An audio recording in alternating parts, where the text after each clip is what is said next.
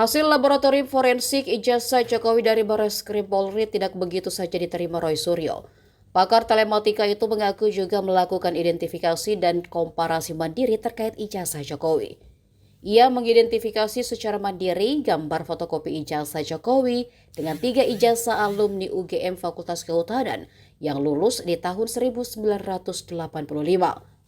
Ijazah Jokowi dengan nomor 1120 dibandingkan dengan nomor 1115 milik Fronojiwo, 1116 milik almarhum Hari Mulyono, dan nomor 1117 milik Sri Murtiningsih.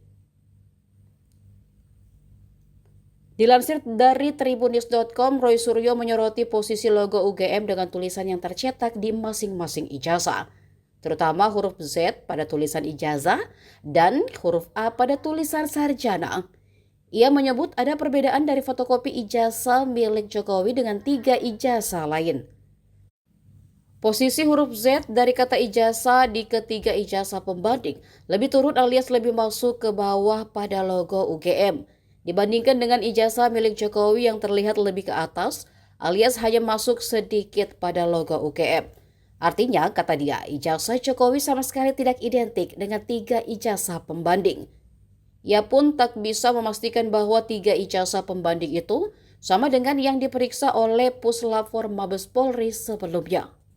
Download Tribun X sekarang, menghadirkan lokal menjadi Indonesia.